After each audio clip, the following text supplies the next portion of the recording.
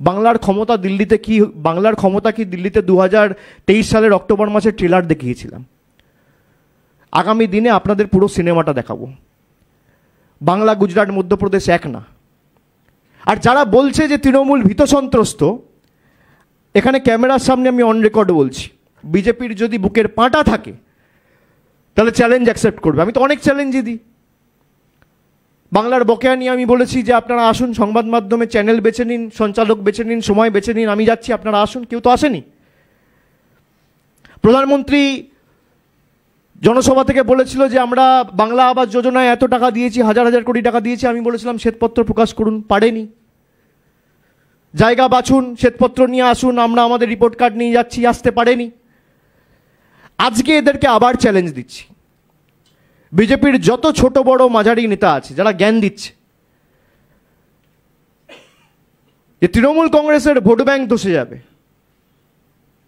মমতা ব্যানার্জি কন্যাশ্রী দেয় যখন, লক্ষ্মীর ভাণ্ডার দেয় তখন ভোট ব্যাংক থেকে লক্ষ্মীর ভাণ্ডার দেয়, কন্যাশ্রী দেয়। একটা রাস্তা করলে তখন ভোট ব্যাংক থেকে রাস্তা করে।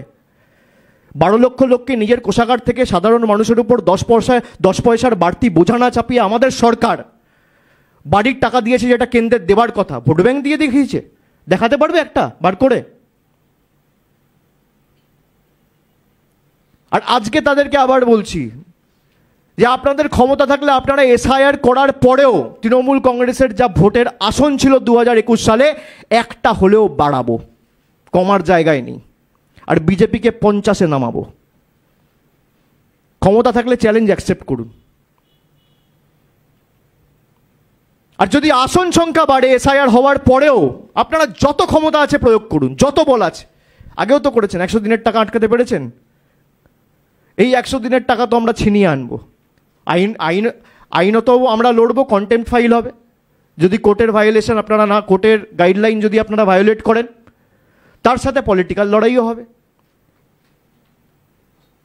আর যদি আপনারা এসআইআর করেও গোহারা হারেন, তাহলে বিজেপির নেতারা অন্ততপক্ষে একটা আন্ডারটেকিং দিয়ে বা বাংলার সংবাদ মাধ্যমকে ডেকে সাংবাদিক বন্ধুদের সাক্ষী রেখে বাংলার 10 কোটি মানুষের সামনে বলুক যে আমরা যদি 2026-এ হারি আর তৃণমূলের আসন সংখ্যা একটা হলেও বাড়ে, আমরা 1 সপ্তাহের মধ্যে 2 লক্ষ কোটি টাকা বকেয়া ছেড়ে দেবো। না হলে আপনারা যা বলবেন আমি তাই করব। আমার ওপেন চ্যালেঞ্জ বিজেপির নেতাদের কাছে, অ্যাকসেপ্ট করুন। পারবেন? ক্ষমতা আছে? তৃণমূল ভোট ব্যাংকের রাজনীতি করে না। আপনারা নিজেদেরকে হিন্দুদের রক্ষাকর্তা বলে দাবি করেন। আজকে একজন ভদ্রলোক মারা গেছে খড়দাতে, তার নাম প্রদীপ কর। জিজ্ঞেস করুন তো কটা বিজেপির নেতা খোঁজ নিয়েছে? মমতা ব্যানার্জি ভোট ব্যাংকের রাজনীতি করে।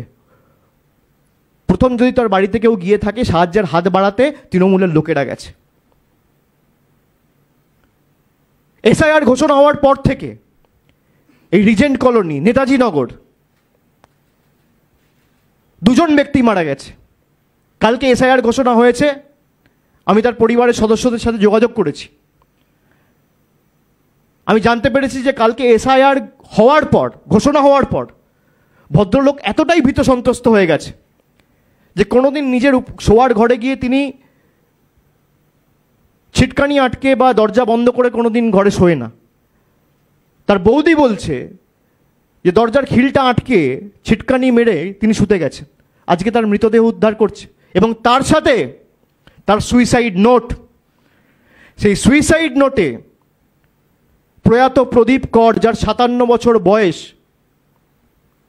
তিনি বিয়ে থা করেননি, অবিবাহিত, তিনি লিখছেন আমার মৃত্যুর জন্য দায়ী হচ্ছে এসআইআর এবং এনআরসি।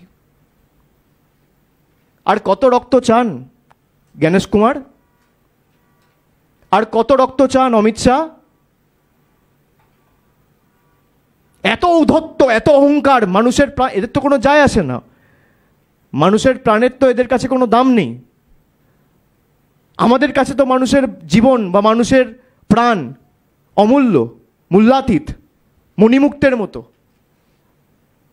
আর এদের এত ঔদ্ধত্য, অহংকার যে মানুষ মরছে এদের কিছু যায় আসে না।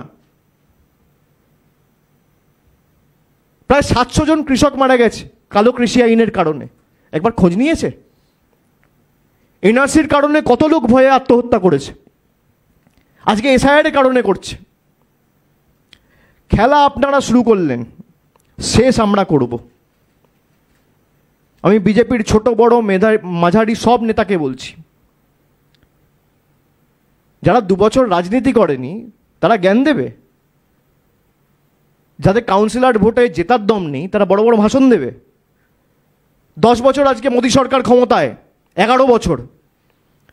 জিজ্ঞেস করুন তো বাংলা থেকে যারা প্রতিনিধি হয়েছে,